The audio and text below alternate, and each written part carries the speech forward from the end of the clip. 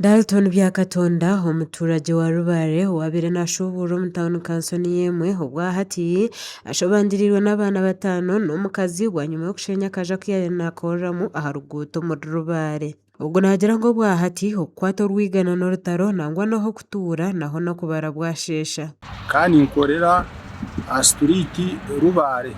naguze bitoki Mbogoya Kabaragara konka ubwahati yakuba tushenyire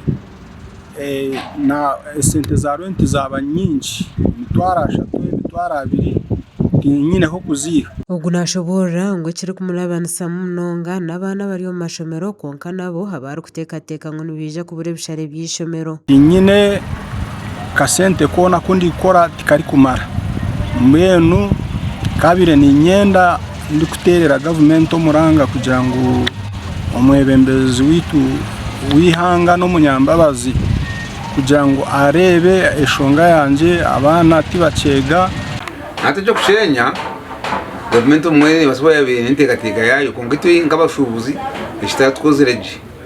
kwimuka kugira ngo imuka rugaha ugende hati icyo kintu nicyo twakozere kuri munonga tuine sente bamamba kushenya n'icyo mutwe uno kutora nkoko kushenya no kutereza amatawuni kwashyira mu ihanga ryona twatayiraho bamwe abashubuzi abashyirwaho abashangwa nabo bashobangirirwe tuhatiya tkoreka ngutu gatereza ngutu nabantu mbijayo konga kurga tweka kunu ngakansutini kiya twore nebide ibyebisingo mbibyaho mbizaho gumaho bwentini ngakansuki ya twori ngaba ngabantu hanuya twatwira hamwe yimi urukwirwa turufuna abantu ubukorwa musayidi zese yona baro batwatugeza aho tufuna abantu abakorwa imyanya myinshi abeshonga twatufuna abantu bakorwa Kabare Mbarara Sizi koka kuyabacenya tukafuna mu effect abeshonga effect twafunaremo bakatuteka ahantu kugira ngo nangwa n'umuntu nafune umuntu ro kurugabari natushanga wapi kureka butwine kugira ngo at least twinekesemo mutarafutera abuza abo kusiya mukazangaye woba mutatina umuvugi wa bodo mu Rubare yashobora ngo nabonka ba boda bakahikwaho kandi nangwa n'abashabazi hati bakaba bake ejo kazatangiye gushanga urashaka cyameze ikigo cyona kiruho mwene tukosibwe munonga gito boda boda aho tobe tuyabashabaze bakagenda tabakibaho abantu bakubena ibije bakashanga amaduka kago garuho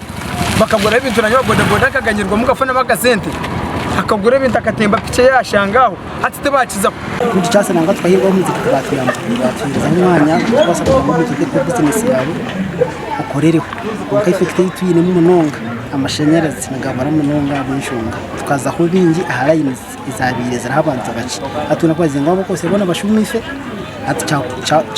cha tukosa munonga aba batera government ya President Museveni Omaranga okubashagikana sente za kubayamba kwetandikiraho busya hamwe no korakoranise myanya ibashenyere government yane basanka government nkoko gabaga parish model nezindi sente zemyoga naci